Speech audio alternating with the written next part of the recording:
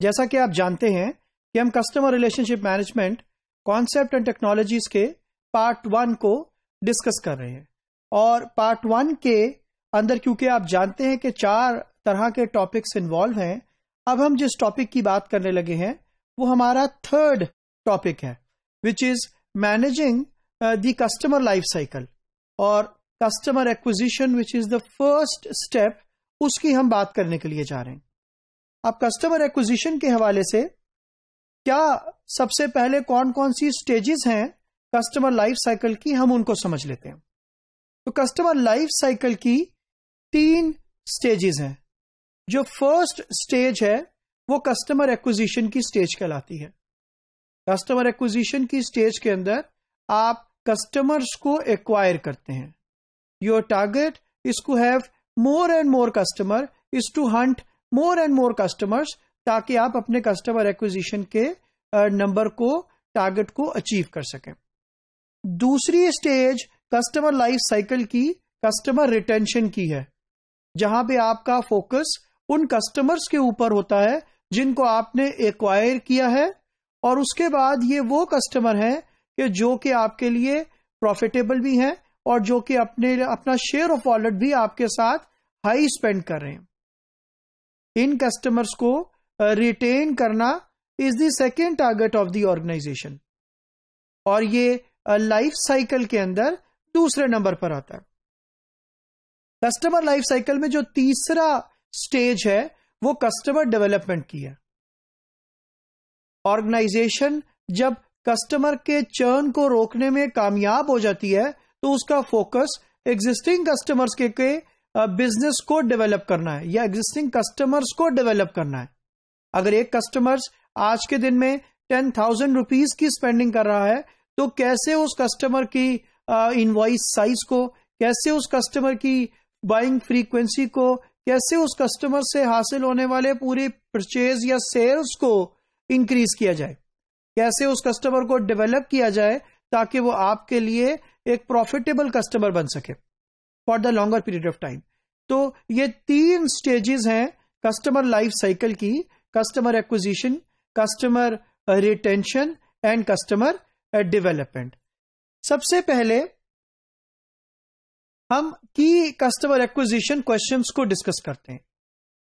जो सबसे पहला क्वेश्चन जो एक्विजिशन के लिए यूज होता है वो ये, विच प्रोस्पेक्ट्स, जिसको हम पोटेंशियल न्यू कस्टमर भी कहते हैं, विल बी टारगेटेड। एक्वायर कर लेना तो ठीक है, आपने टारगेट सेट करी, लेकिन किसको एक्विजिशन करनी है, who would be your target. तो बड़ा इंपॉर्टेंट है अपने टारगेटेड मार्केट को आइडेंटिफाई करना। अगर आपकी टारगेट मार्केट प्रॉपर तरीके से आइडेंटिफाइड है तो आप एग्जैक्टली उन लोगों को टारगेट कर सकेंगे, आप एग्जैक्टली उन प्रोस्पेक्ट्स को अप्रोच कर सकेंगे। तो पहला क्वेश्चन ये है कि कौन लोग हैं, who would be the potential, कौन है प्रोस्पेक्ट जिनको हमने टारगेट करना है, उनका जेंडर क्या है, उनका एज ग्रुप क्या है, उनकी जियोग्राफिकल लोकेशन क्या है, उनके बिहेवियरल अप्रोचेस क्या हैं, उनकी साइकोग्राफिक सेगमेंट्स क्या हैं। तो तमाम चीजें, उनके बेसिक से लेकर लाइफस्टाइल तक, उनकी परचेजिंग पैटर्न्स क्या हैं, उनके परचेजिंग हैबिट्स क्या हैं, ये तमाम चीजों को आप डिस्कस करेंगे अपने फर्स्ट क्वेश्चन के अंदर, ताकि आप एग्जैक्टली अपनी टारगेट मार्केट को आइडेंटिफाई कर सके। जब टारगेट मार्केट हो सकेगी तो आप अपने पोटेंशियल कस्टमर को, जिन्हें हम प्रोस्पेक्ट कह रहे हैं, उनको टारगेट कर सकेंगे। जो दूसरा क्वेश्चन है वो ये है, how will these prospects will be approached.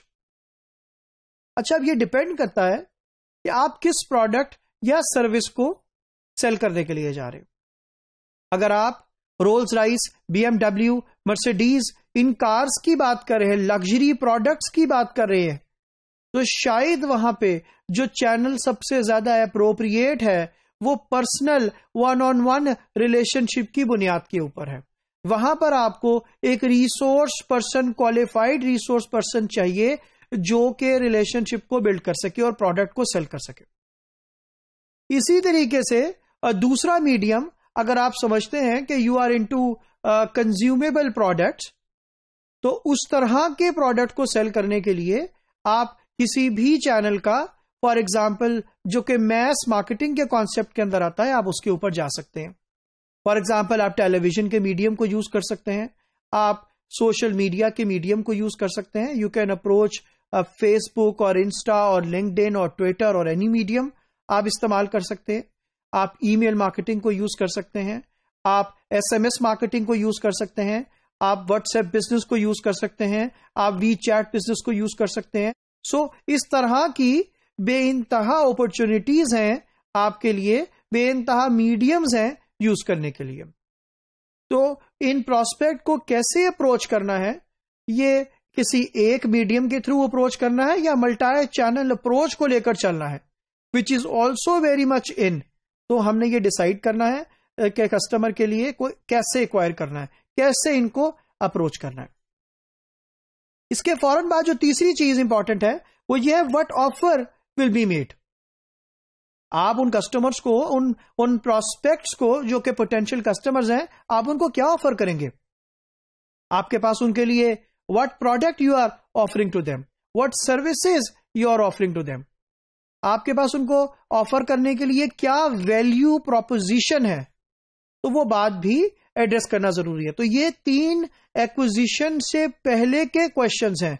Your right target market, उनको how you have to approach them and what offer you are going to make them. इसके बाद हम डिस्कशन करते हैं टाइप्स ऑफ न्यू कस्टमर्स की। तो 2 तरह के कैटेगरीज हैं जो एग्जिस्ट करती हैं। सबसे पहली तरह की जो कस्टमर्स हैं वो new to the category customers कहलाते हैं। अब new to the category customers कौन है, इसकी मैं बात, डिस्कशन का आगाज एग्जाम्पल से करता हूं। फॉर एग्जाम्पल, एक family had there first baby. अच्छा, अब जैसे ही वो बेबी का बर्थ हुआ उसके साथ ही they have different sets of need जो कि क्रिएट हो गई उस बेबी की नीड्स को फुलफिल करने के लिए।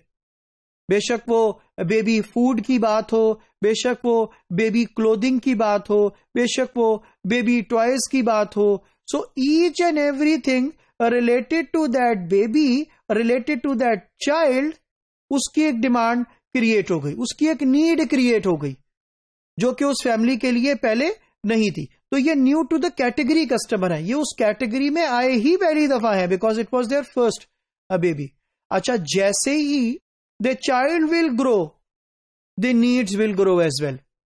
फॉर एग्जाम्पल, अब बच्चा थोड़ा सा और बड़ा हुआ और उसको अब अपने स्कूल जाना है, तो again the products and services required by him, उसकी जो नीड होगी उसके लिए they will be the new to that category.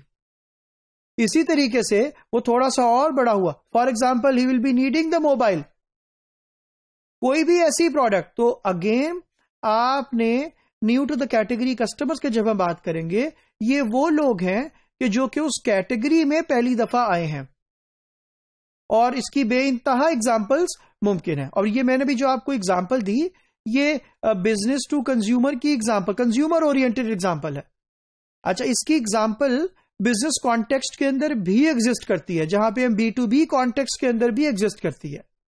For example, McDonald's through out the world अब वो मैक कैफे बनता जा रहा है। जिस तरीके से आप पाकिस्तान में भी देखते हैं, they have recently launched McCafe. अब जो McCafe, because they are new to that category, तो अब उनको उस कैटेगरी के लिए they will be needing partners and suppliers, new suppliers and new partners, not the same one who were delivering them, who were supplying them in the McDonald's के case के अंदर। तो ये जो new to the category concept है, ये business के context के अंदर भी यूज होता है और आपके एंड कंज्यूमर के पर्सपेक्टिव में भी यूज होता है। अब इसको समझ लेते हैं इसकी डेफिनेशन के पर्सपेक्टिव में। तो new to the category customers are customers who have either identified a new need और have found a new category of solution for an existing need. तो जिस तरीके से मैंने अभी आपको बेबी प्रोडक्ट्स के हवाले से एक फैमिली की एग्जांपल की बात की, वो exactly identifying the new need है इनटू अ पर्टिकुलर कैटेगरी। अब दूसरी और लास्ट टाइप ऑफ कस्टमर जो है वो न्यू टू द कंपनी है। Now they are the customers जिनको आप कंपटीशन से लेकर अपने पास आते हैं, which means you want from the competitors. ये पहले कंपटीशन के पास थे और अब ये वो कस्टमर्स हैं जो अब दे विल बी योर कस्टमर्स। तो दोनों तरह के कस्टमर्स को की एक्विजिशन के ऊपर काम होता है, new to the category customers के ऊपर भी and new to the company customers के ऊपर भी।